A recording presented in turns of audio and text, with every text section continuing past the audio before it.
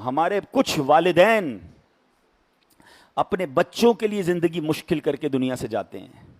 وہ کیا غلطی کرتے ہیں؟ کلیئر نہیں کرتے کہ کس بچے کا کیا ہے.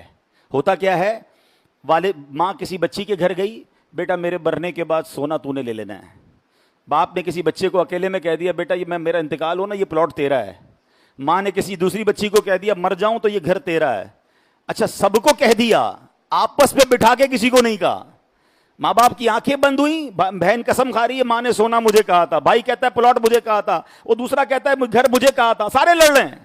یہ کیا کر رہے ہیں آپ؟ اگر آپ نے کوئی فیصلہ کرنا بھی ہے، سارے بچوں کو بٹھائیں اور لکھوائیں کہ میرے مرنے کے بعد یہ اس کو دینا، یہ اس کو دینا، یہ گھر اس کا، یہ فلاں اس کا، اور سب کی سائنیں کروا لیں. اور پھر شرعی طور پہ بھی چیک کروائیں نا. آپ کہیں اپنی وصیت میں کسی کو محروم تو نہیں کر رہے، کسی ایک بچے کو زیادہ کسی کو کم، اور جو شریعت نے آپ کو اختیار ہی نہیں دیا وہ تو نہیں کر رہے.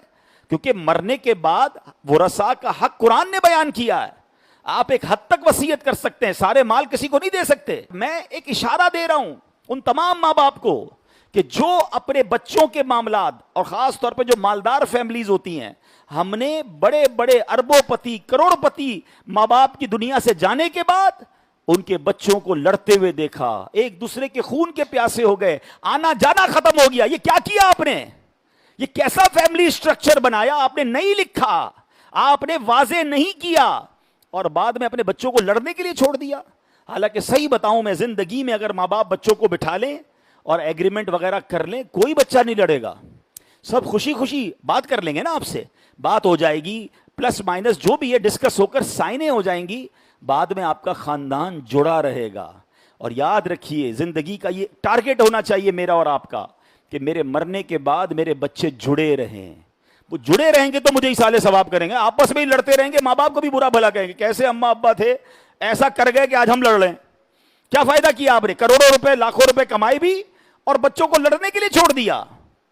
نہیں. اور آج پوری دنیا میں آپ جائیں، یہ ہمارے یہی ہوتا ہے. باقی دنیا میں ہر چیز، آپ کچھ بھی لیں، آپ کو ایک پہلے پیپر آئے گا، سائن کریں.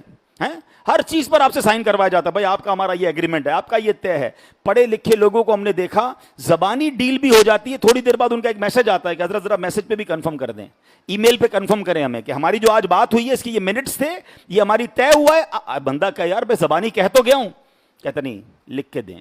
وہ ہماری میمنی کا ایک بڑا پیارا جملہ ہے، لکھیو واچا ہے. جو لکھا ہوتا ہے نا وہ پڑھا جاتا ہے. تو لکھنے کی عادت، ایگریمنٹ کی عادت، گواہوں کی عادت ڈالیں.